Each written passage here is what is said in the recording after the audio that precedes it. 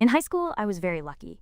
I had a best friend named Sarah, and we were always together. Before that, I had never had a true best friend, so when we met and clicked so unusually, I thought it was a dream. Everyone even joked that we were a couple, but our friendship wasn't like that. Sarah simply understood me so well. It was the first time I felt truly understood, and I wondered why Sarah hadn't come into my life sooner. When it came time to apply for college, of course, we applied to the same school, and even the same major. It's kind of funny, because when we first met, Sarah used to say biochemistry was the most boring subject ever. But as soon as I said that was my intended major, she did a complete 180 and applied for it too. We didn't want to be apart, not even for a second. During our freshman year of college, while working on a project, Sarah and I were grouped with a really sweet guy. His name was Kevin, and soon enough the three of us became inseparable. We hung out a lot, and one evening while studying at the library, I couldn't keep my eyes off Kevin. Every time I looked up, I caught him looking at me. I suddenly found him incredibly captivating, and there was clearly an undeniable chemistry between us. That very night, he texted me confessing his feelings, and I was overjoyed. After that, Kevin and I started spending even more time together.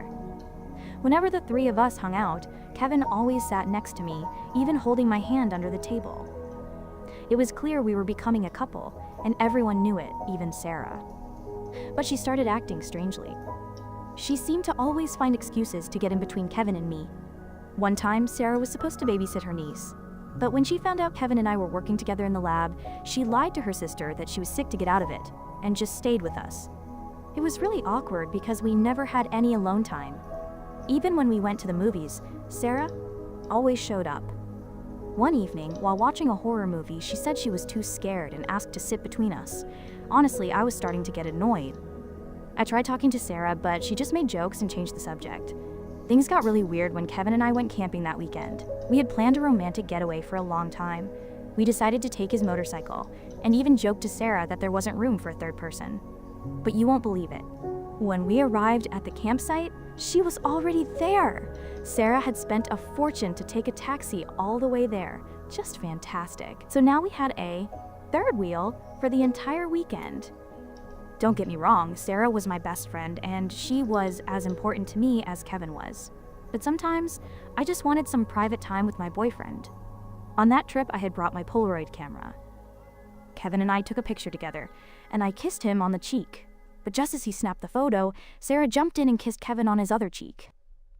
She laughed a lot, acting like it was just a joke, but I found it very strange. Then something even stranger happened. One evening, I went to her room to borrow a book. The door was open, so I just walked fully in and saw her sitting there, cutting up the Polaroid picture. Suddenly, everything became clear. It was obvious that Sarah was in love with Kevin and wanted to break us up. That was why she kept showing up to interrupt us, and even kissed him on the cheek. But what hurt me the most was that Sarah wanted to cut me out of the picture. I had always treated her so well, like a sister, and never wanted her to feel excluded. Yet all this time, she had just been trying to get rid of me. That day, we had a huge argument, and I told her I couldn't believe she would want to ruin my relationship with Kevin like that. Sarah just stood there crying, saying she was sorry and that she couldn't control her feelings. After that day, she simply disappeared. I felt a little guilty. I had been too angry with her. But why did Sarah have to drop out of school just because of this? If only I had been calmer then, perhaps we would still be friends now. Kevin and I were still together, which helped ease some of my sadness. At least I still had him.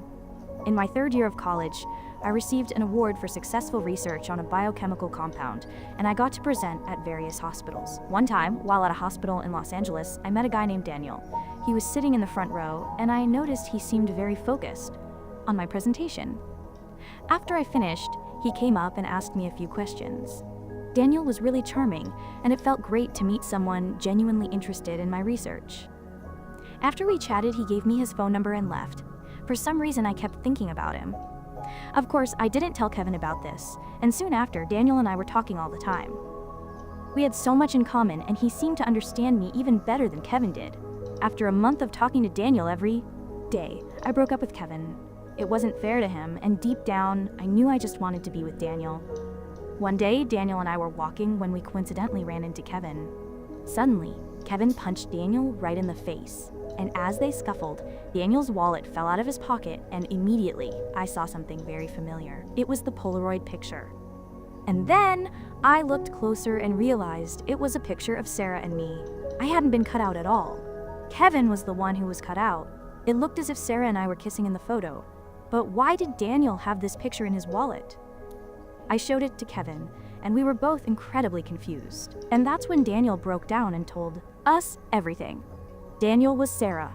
She had undergone many surgeries to change her gender and appearance because she loved me so much and just wanted to find a way for us to be together. I was completely shocked. I mean, I love Daniel, but I had never thought about dating a transgender person. I didn't know what to do. Should I continue dating Daniel, even though he had lied to me about everything? That's the end of my story. Make sure you subscribe to the channel and hit the notification bell. Thanks for watching the whole video, and I'll see you next time.